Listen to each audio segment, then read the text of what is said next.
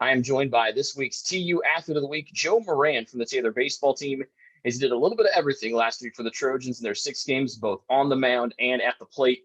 Joe, you batted 500 in the 6 games last week, hit 3 home runs, drove in 9, had 2 doubles, had 2 steals, and oh, by the way, locked down Spring Arbor on Friday with 11 strikeouts and 7 2/3 innings for your 7th win this season. How'd you do all that last week? It was pretty busy for you. Yeah, I mean, just trying to take one thing at a time, I guess, and do what I can. I mean, I'm blessed to have like the ability to go out and play baseball, so I just kind of like try to stay out of my way as much as I can in my head and just free it up to play, and good things happen. And they did it. They did in bunches for you last week. Obviously, when those days that you're the starting pitcher, and I'm sure you've done this even going back to your Anderson University days. How do you try to stay as fresh as possible, both when you're pitching and when you have to step up there to the plate? A lot of that I think takes place just with like throughout the week, building up to Friday, Saturday, just doing what I can to make sure my body is fresh and feeling good, ready to go on Friday. Cause then it's kind of like once you step on that field, at least for me, I try to lay it all out there and give everything I have anytime that I step on the field. So it's kind of just like all the preparation building up to it and then just go get after it on Friday and Saturday. You tied your season high with 11 strikeouts on Friday, as I mentioned, against Spring Arbor. When you're dialed in like that, you allow just one run, you walk just one. What's it like for us mere mortals when you're locked in like that on the mound? I mean, it's pretty fun. Like when you know that you got your stuff going and you're in the zone and everything. And then it's just kind of like as each inning you go on, you try to figure out like what do I need to do this inning to like stay locked in. And a lot of like pitching, at least for me, that I found out is a mental battle, what's going on in between the ears, every single inning, and doing what you can, cueing yourself to stay locked in mentally, and that transfers, I think, physically to just being able to repeat your delivery and pound the zone with good stuff. Well, then, Joe, on Saturday, probably a light day for you. You only had to worry about batting. You go 6 for 9, 3 home runs, including back-to-back 3-run shots and back-to-back plate appearances. How big did that ball look for you on Saturday? It was looking like a beach ball, I guess you could say.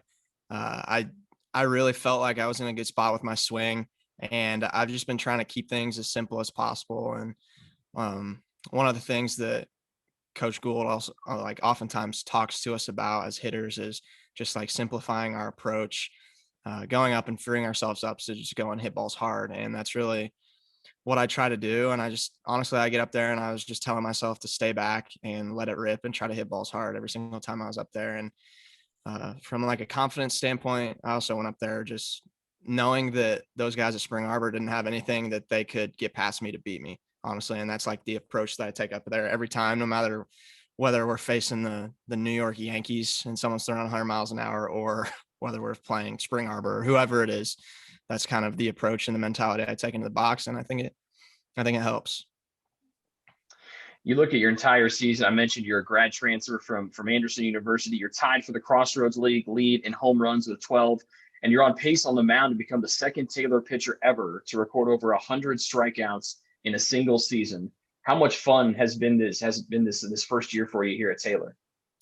It's been a lot of fun. It's definitely a lot different than what I experienced going to a Division III school for the past 4 years. We got our season started a lot sooner here, so it's kind of just like I had to be able to get ready to go essentially and get my body ready to perform in January this year compared to middle of February for what it had been the past 4 years at Anderson. But it's just been a lot of fun, and anytime that you can be a part of a winning culture where you're winning a lot of games like we do here at Taylor, it makes it so much easier and a lot funner, honestly. And the guys on the team really make the experience special too. I couldn't ask for better teammates here, just being accepting of me as a 5th-year transfer coming in here. And also the coaches have been incredible and just welcoming and helping the transition be really smooth. You mentioned your teammates, and that's a fantastic segue for my next question. We saw your 3 home runs on Saturday, and we've seen this happen a couple other times this year as well. When you hit multiple home runs in the game, the celebrations back to the dugout kind of vary. We saw your second one Saturday. You ran away from everybody to the end of the dugout, and we saw you do Yeah. that once earlier this year. And then the third one, everyone kind of avoided you. So first tell me where the idea came to run away from everybody. And then the second one is the third home run is you, nobody in the dugout. They've all left you by yourself. Yeah. Fiving everybody that you could. Honestly, that was just like a spur of the moment thing a couple weeks ago where I think I had hit my second home run of the day, and it was just like I was tired of going through everybody, and I was like, you know what, I don't want to do that. So I just took off and ran in the dugout before everybody could hit me on the head. But there were some guys telling me to take off and do it again after I hit what would have been my second one that day. So I did it, and then the third one, I guess, I don't know, I don't know if they got jealous that I hit 3 in one day and they just didn't want to talk to me or what, but no, it's all fun. So yeah. Last one, your walk-up song is the Goofy Goober Rock from the SpongeBob SquarePants movie. And I wrote that down to make sure I got it exactly right. Yes, sir. Why? Okay, so I guess it goes back. I mean, I'm a SpongeBob fan. I've always been like, I grew up watching SpongeBob. And I guess it's just like, if there's any way that I can show a big side of my personality through picking a walk-up song, it's that. I like to like be fun, have a good time, and play as loose as I possibly can. I think that's what, like, when I play my best.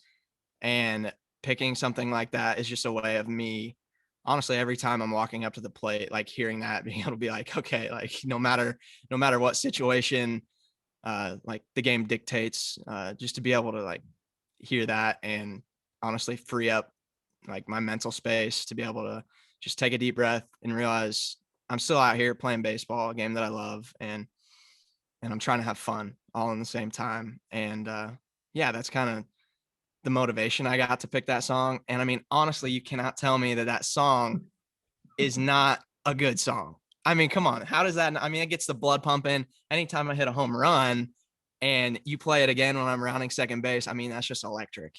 That is just electric. So yeah, that's why I picked that song. Have you always had that be your walk-up song, or is this the first year you trotted it out? I picked it last year at Anderson as one of my walkout songs, but COVID happened, so that didn't really get to play out too much. But yeah, I'm glad I got to see that through and got to hear it every time I step up to the plate this year at home. Well, it's definitely a good one. I know TJ Bassett's siblings are big fans. They sat in front of me on Saturday and they were rocking their heads along to it. And you obviously have business to take care of, so you can't see that. I always enjoyed the reaction of the fans that maybe haven't been out to a baseball game in a while. They kind of start looking up at the speakers, but then they kind of start bobbing their heads. I think it's definitely a fan favorite. So good pick there, Joe. Well done. Yeah. You know what's funny is I think it hits just about every age group, because you said that and then obviously the kids enjoy it, rightfully so. But I also had Coach Wilburn come up to me in the middle of the game, middle of our second game Saturday, and he was like, "Hey, my dad really loves your walkout song, and he wanted me to tell you that." And I'm like, you know what? That's awesome. If older people, I mean, not calling him old, but he's probably a little bit older than the kids that we have at the games. But if older people and younger kids can enjoy the song as well, I know I'm enjoying it, so it's awesome. And I enjoy it when we play it in quick succession, because that means you've hit a home run. So that's good for everybody. Yeah. Yes, sir. Joe, keep it up as you guys hit the home stretch here. And thanks for the time today. Absolutely. Thank you. That is Joe Moran, this week's TU Athlete of the Week. For more information on Taylor baseball, just log on to TaylorTrojans.com.